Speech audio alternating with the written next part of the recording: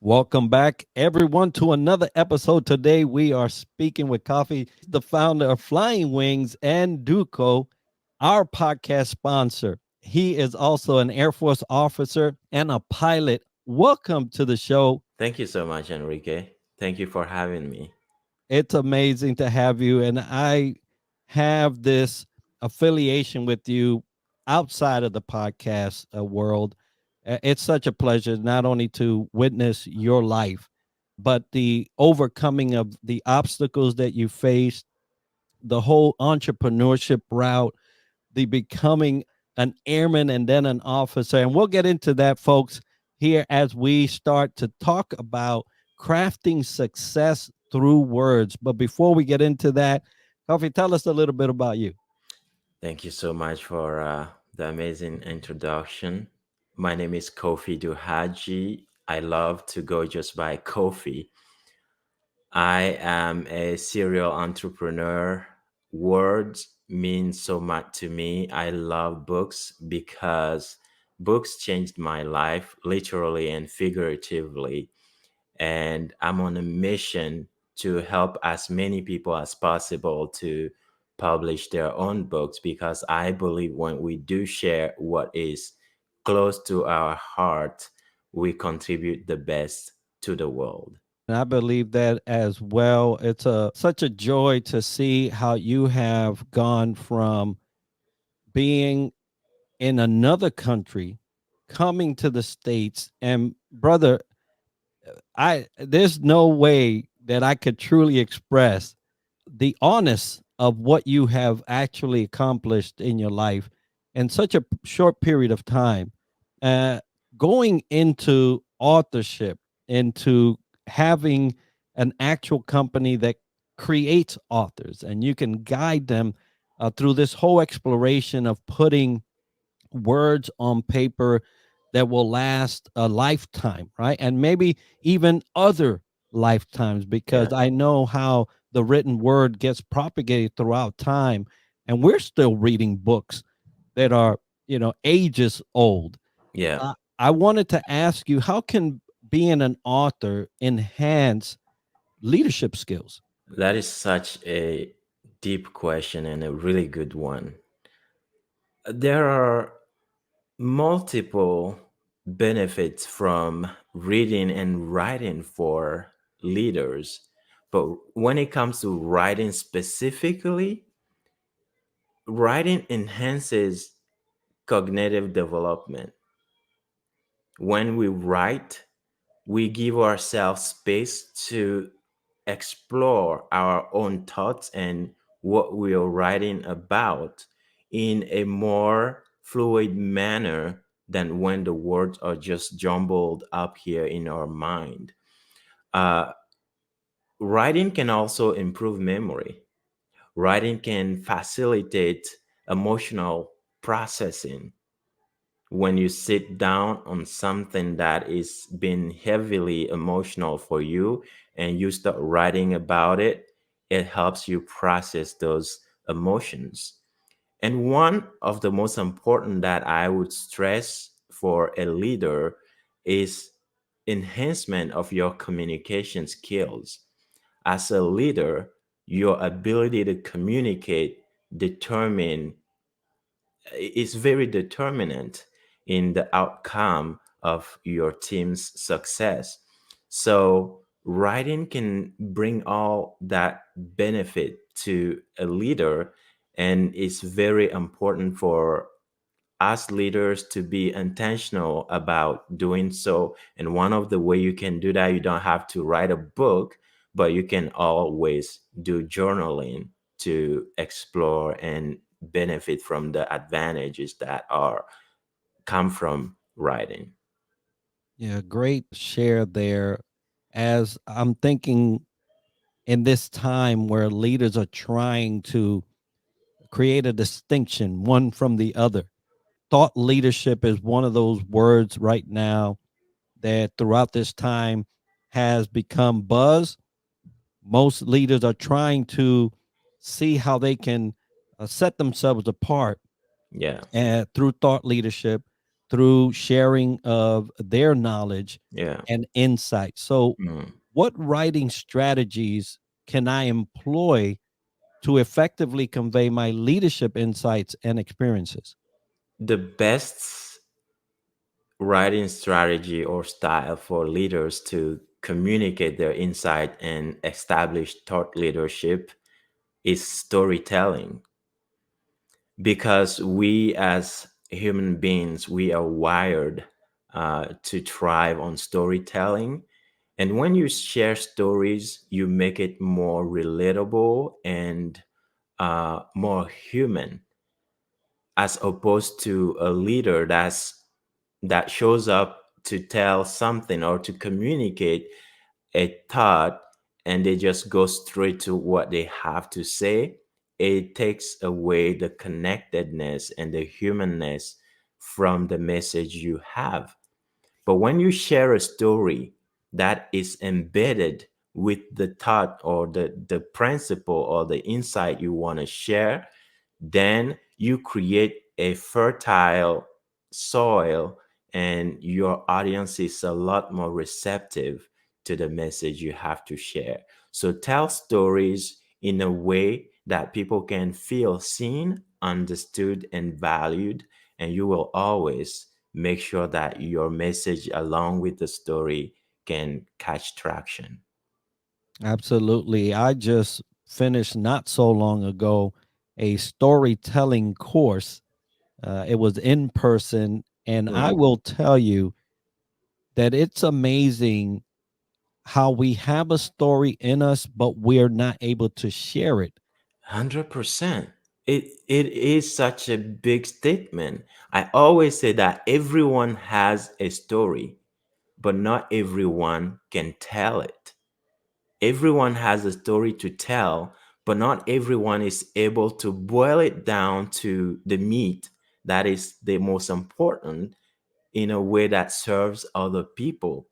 And one of the reasons why that is the fact is because we get caught up in our own emotions, and we also have biases around our own stories.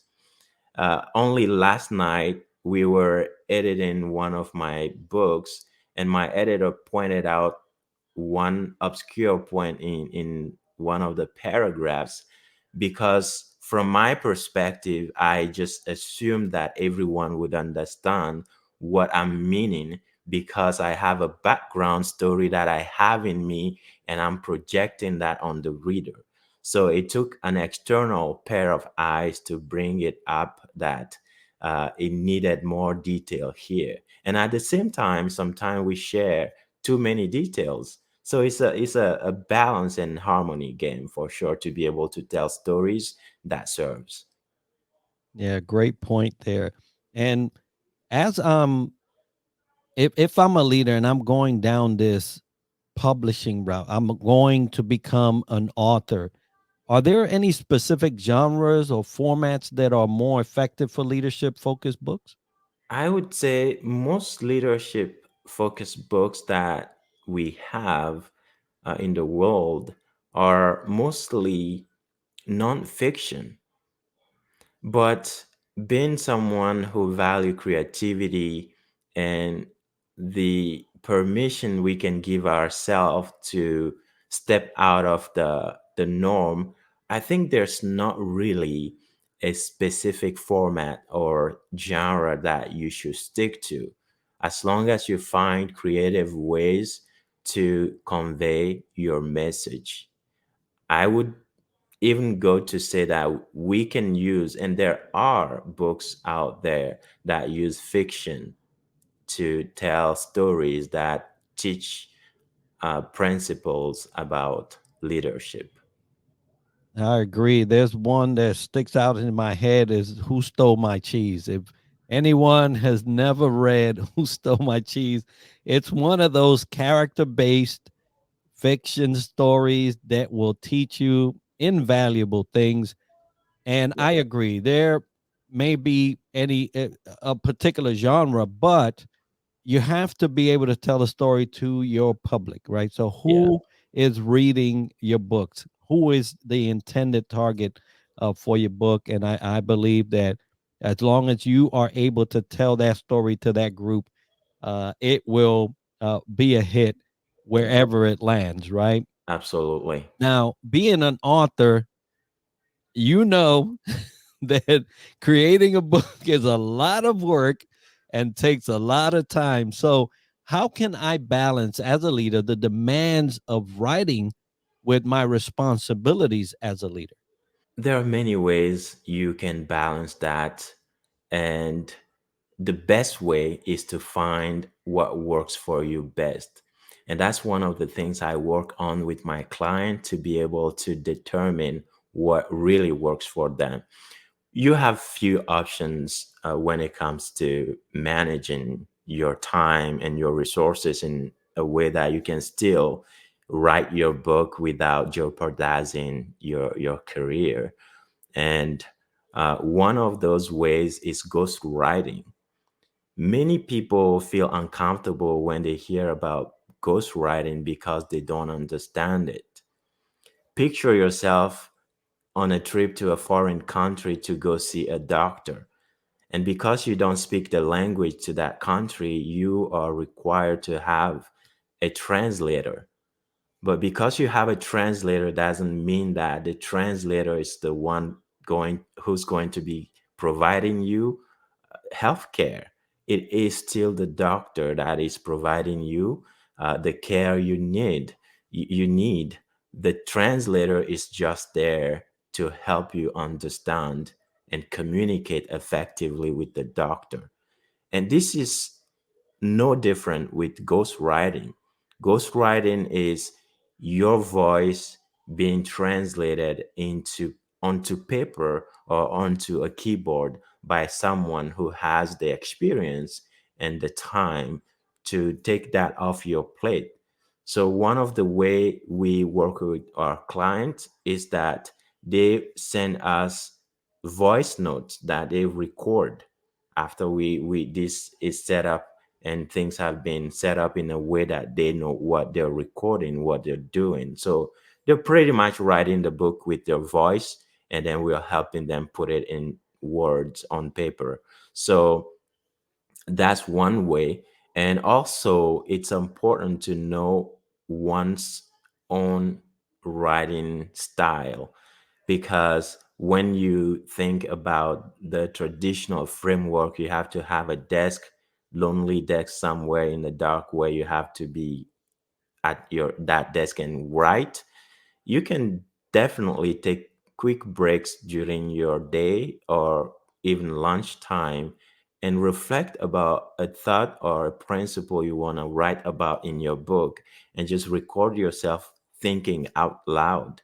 Then, when you have time, you sit down and you use that to develop a lot more and elaborate on that section of your book. So, being creative and in it, giving oneself the permission to explore unbeaten paths is very helpful to manage and balance uh, a harmonious way to navigate your leadership responsibilities and your writing goals.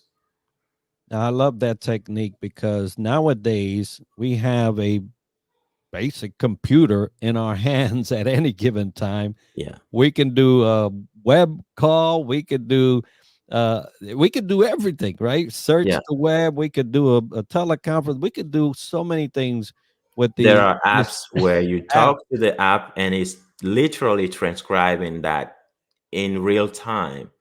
So what I would do sometimes is, during my lunch break, I usually go to play the guitar for about 15 minutes, and then I'll sit down and I'll work on a thought or something I'm writing on, and I'll just talk to my phone.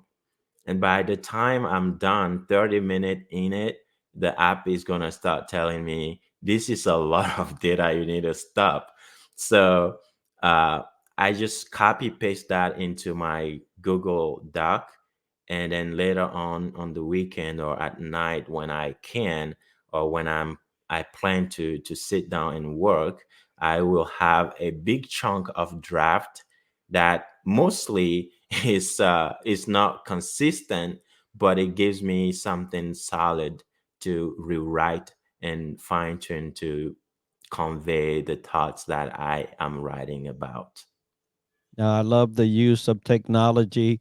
Earlier, we were discussing AI and the use of that in a way where you can actually benefit from time saving.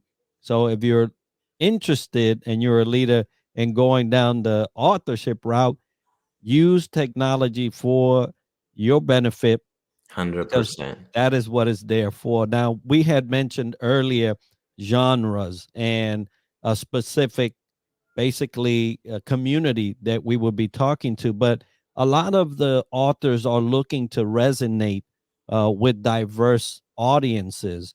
So Yeah. what steps can I take to ensure that my writing work resonates with diverse audiences and has a positive impact on leadership development? I would take that from two perspectives.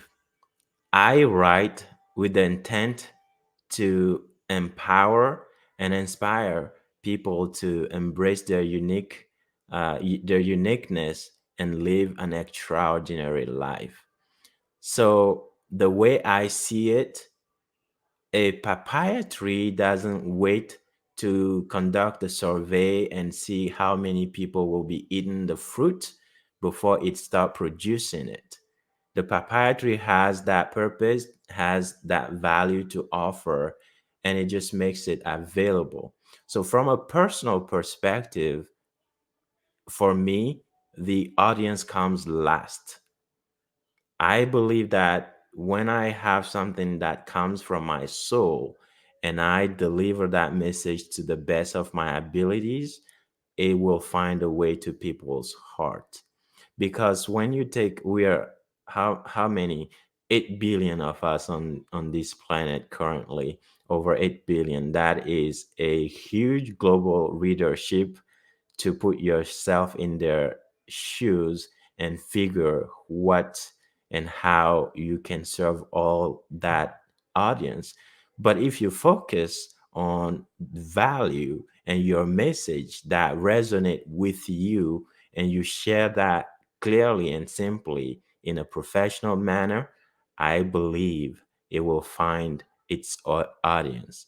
Now, on the other side of this perspective lies the need, depending on what message you're conveying, the need to know your audience, which is important too. So if you're writing, for example, for physics people who work in a lab, then you want to craft your message in a way that speaks to them and in their language. So from an inspirational perspective, I think every single human being can relate to something that inspire and uplift them. But if you're more, we're get once we are getting more technical and very subject focused, then you need to know your audience so that you can use their language to be able to uh, make sure that your thoughts are being received and will resonate with them. But some of the ways nowadays that you can use to find out how your message will resonate with your audience is to use your platform. If you're on LinkedIn and you have people who are your ideal audience and they engage with your content, give some little bit drip of your bite size of your thoughts and the ideas you're writing about, and see how they respond, how they engage, the thoughts that they're sharing, the feedback you're getting, and you can use that to improve and make sure that your work will resonate with them once published. Yeah, that's an amazing strategy and one that's available without having to invest anything but the post, right? So if you have an audience already, yeah, by all means, see how those thoughts resonate with them, and Yeah. that should give you a clue. But I love how you put we are unique. There's only one of us at any given time. Yeah. And your life has a story that does not match completely anyone else. So I love the destiny piece of writing that you're talking about, Hmm. because once you put pen to paper or ink to paper or whatever you want Or to do it, fingers to or finger keyboard. to keyboard, right? Yeah. Um, that you're bringing life to something that someone doesn't know Yeah. about you, about your perspective, about how you see things. So by all means, folks, explore Yeah. the joy of what it is to write something that's uniquely to you. To piggyback on that beautiful thought that you shared, there's a French author, I believe it's Victor Hugo. He said that when I'm talking to you about me, I'm talking to you about you. You know, we underestimate how much we have in common. So when we share our stories, we make the world less lonely for everyone because we can relate. We feel seen and understood. We feel value, and it makes us feel less lonely. And sometimes some people in the world, I used to be at a point in life where the only interaction with the world that I had was through books. And the company that those authors gave me are priceless. And I know there are people out there today who might benefit from your story. And something that is very interesting, Enrique, I'm pretty sure you've experienced this, is that sometimes someone would tell you something the same thing for several times, and yet you won't get it until someone says it from a very unique angle with their own experience, and you just have that aha moment, and the light bulbs go off, and you gain insight from their experience, and the same wisdom has been shared with you before, but not from that unique perspective. And I'm over here laughing in my head because I could hear my wife saying, "You see," because she's always saying, "Well, they have to tell you something I've been telling you for years." But very true, very true. So please, if you are listening to this and you have that author in you, and you want to explore writing, go ahead and do it. I encourage you. Now I'm presenting you somebody that can help you with that project, and I hope that you do that. But Kofi, talk about projects, talk about things that you are doing. What do you have coming up, and how can the folks listening get a hold of you? I'm going to attack this one with the last question. To get a hold of me, I have built a beautiful home on LinkedIn. So, yeah, I'm very active and engaged on LinkedIn regularly with my readership audience. So, it's so easy to find me on LinkedIn and connect. Actually, I highly encourage you to connect because the content I put out is the same content I use to work with my client who are paying us to work with them. So if you just follow me on LinkedIn and read between the lines, you may be very close to solving all your doubts and issues and challenges to getting um, the writing portion of your publishing journey nailed down. Now, when it comes to the big rocks on my plate currently that I'm working on, I'm very excited. We are about to launch my next book, Tiny Sparks, and everything is ready as of this morning. There are some little details about the cover that has some mismatch in the dimensions that Amazon requires. And my team is working on that as we speak. And I'm really excited about that project. I have two clients that are publishing very soon, the next couple of months, and I'm really excited about that as well. Just love when my clients go from, oh my gosh, I have no idea what to do, how to go about this, I don't have the time, and we find the time, we work together and make everything work for them, with peace of mind to get their books on the shelves, is something I take big pride and contentment from. And I am excited about those two new authors getting ready to put their work out, as well as your work that's about to hit Amazon and bestseller lists and all those other things. Folks, I've already committed to Kofi that my first book would be from his hands. So I am verbalizing Yay! that because it really is a good journey to go down, but you also have to understand who you're putting that content in the hands of. And Kofi has done a wonderful job, not only with his own literary work, but with the work of others, right? We've seen various books come out from your publishing house, and I'm excited to be part of that clan. And I will be putting all the information of how to get a hold of Kofi on the video and show notes so that you'll be able to do that.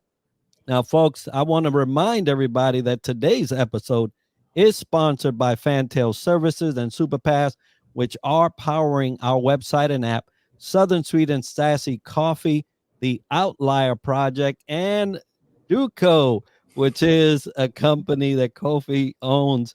If you've enjoyed this episode and learned something interesting about the topic covered today, make sure to let us know and subscribe to our channel, and leave a comment, please. We're always looking for new ideas and guests that we can add to our show. So if you know someone or have a topic that you would like featured on the podcast or want to sponsor our show, we love to hear about it by sending us an email at triadleadershipsolutions@gmail.com. And be sure to tune in next week for another episode where we dissect leadership from another angle. And as we like to end the show, success to you. Success to you all.